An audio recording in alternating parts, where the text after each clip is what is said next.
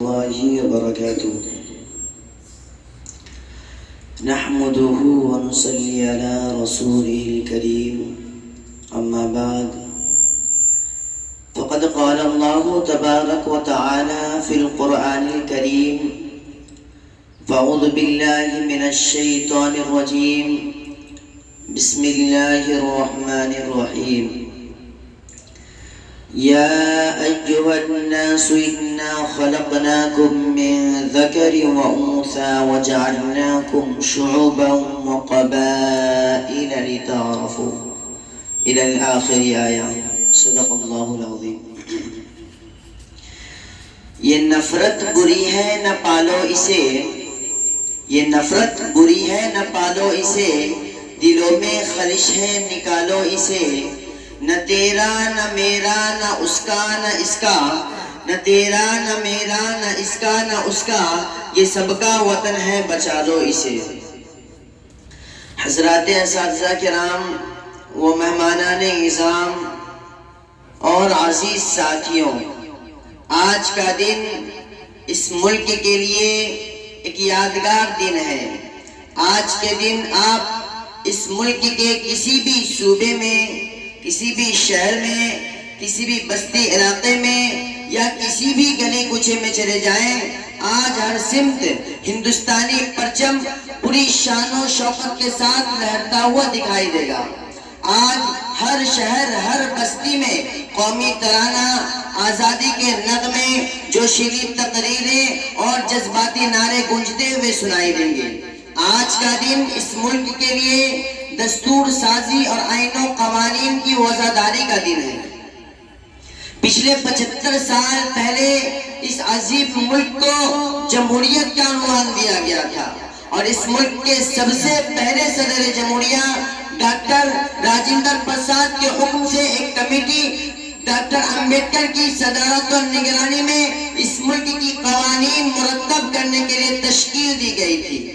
اور ڈاکٹر امبیڈکر کی صدارت میں 2 سال 11 ماہ 18 دن کی شب و روز کی محنت کے بعد اس ملک کے قوانین مرتب کیا گیا، اور 26 جنوری 1950 عیسوی میں اس جمہوری ملک کے دستاویزات ہندوستان کے پارلیمنٹ میں پیش کیا گیا، اور اس وقت کے پارلیمان ارکان نے اس جمہوری دستاویز اور آئین و قوانین کو باہمی رضامندی سے مکمل منظوری دے دی، جس کا لب لباب یہ تھا کہ اس ملک کی سالمیت کے لیے، اس ملک کی تحفظ و بقا کے لیے، اس ملک کی ترقی کے لیے جمہوریت کے سوا کوئی اور راستہ نہیں ہے.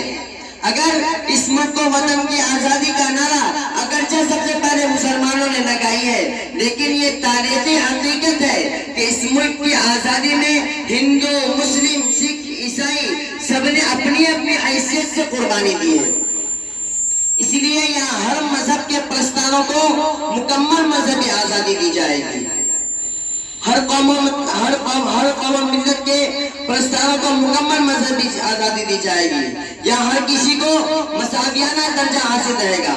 اگر برادران وطن ہندو کو مندر بنانے کا حق ہے تو قوم مسلم کو مسجد کی تعمیر کی مکمل حق حاصل رہے گا.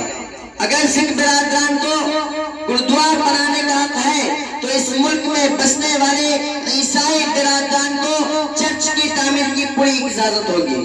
یہ ملک سب کا ہے اور سب کا رہے گا. عزیزان گرامی، یہ ملک قدرتی وسائل سے مالا مال ملک ہے. یہاں کی زمین حد درجہ قابل کاشت اور زرخیز ہے. ایک طرف کوہ ہمالیہ کی بلندی ہمارے اس ملک کی شان و شوکت کا اعلان کر رہا ہے، تو وہی گنگا جمنی تہذیب اس ملک کی جمہوریت کا اظہار کر رہا ہے. صدیاں بیت چکی ہے، ہندو، مسلم، سکھ، عیسائی ایک ساتھ رہتے ہیں، لیکن اب جبکہ اس جمہوری ملک کا باغ و ڈور مٹھی بھر فرقہ پرست جماعت کے ہاتھوں میں مکمل طور پر جا چکا ہے، تو یہ سیاسی انقلاب، بڑھتے جرائم، معاشی بدحالی، تعلیمی فقدان، مذہبی فسادات، نفرت کی آندیاں، مندر مسجد کی لڑائی، قومی اور نسلی جنگ، ہندو، مسلم، سکھ، عیسائی کے درمیان محاذ آرائیاں، اسلامی شاعر کی بے حرمتی، کبھی شان رسالت میں گستاخی، کبھی اللہ کی کتاب کو نظر آتش کیا جانا، کہیں مسلم علاقوں میں اسلامی ناموں کی تبدیلی، کہیں حجاب پر پابندی، کہیں قرآن پر پابندی، کہیں قربانی پر پابندی، کہیں چلتی ٹرین میں مسلم بہنوں کی عصمت دری، کہیں نہتے اکیلے کسی مسلمان کو اجتماعی زود و کوب کرنا، بڑی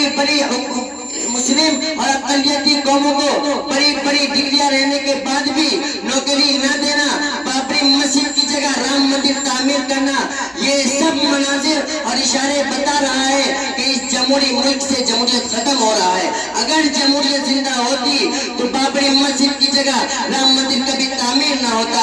اگر اس ملک میں قانون زندہ ہوتا تو مساجد و مدارس کو کبھی مسمار نہ کیا جاتا۔ اگر اس ملک میں انسان سلامت ہوتا تو قربانی اور حجاب پر کبھی پابندی عائد نہ کیا جاتا۔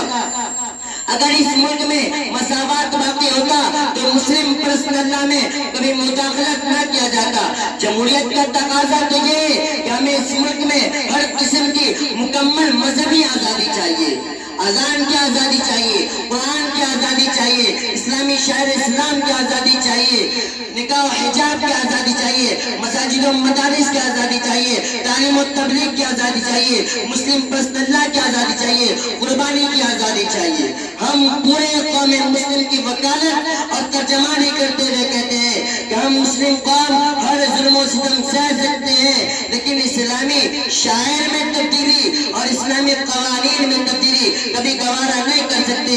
ہم زندہ ہیں تو مسلمان بن کر، ہم زندہ رہیں گے تو مسلمان بن کر، ہم مریں گے اور مٹیں گے تو مسلمان بن کر۔ آخری 4 مصروں پر اپنی تقریر ختم کرتا ہوں۔ وطن سونے کی چڑیا ہے مگر وہ خاک کر دے گا، وطن سونے کی چڑیا ہے مگر وہ خاک کر دے گا، زمین ہند کے ہر ذرے کو ناپاک کر دے گا۔ گزارش ہے میری اس سے اٹھو مچھین لو ورنہ لگا کر آگ نفرت کی وہ سب کو راکھ کر دے گا۔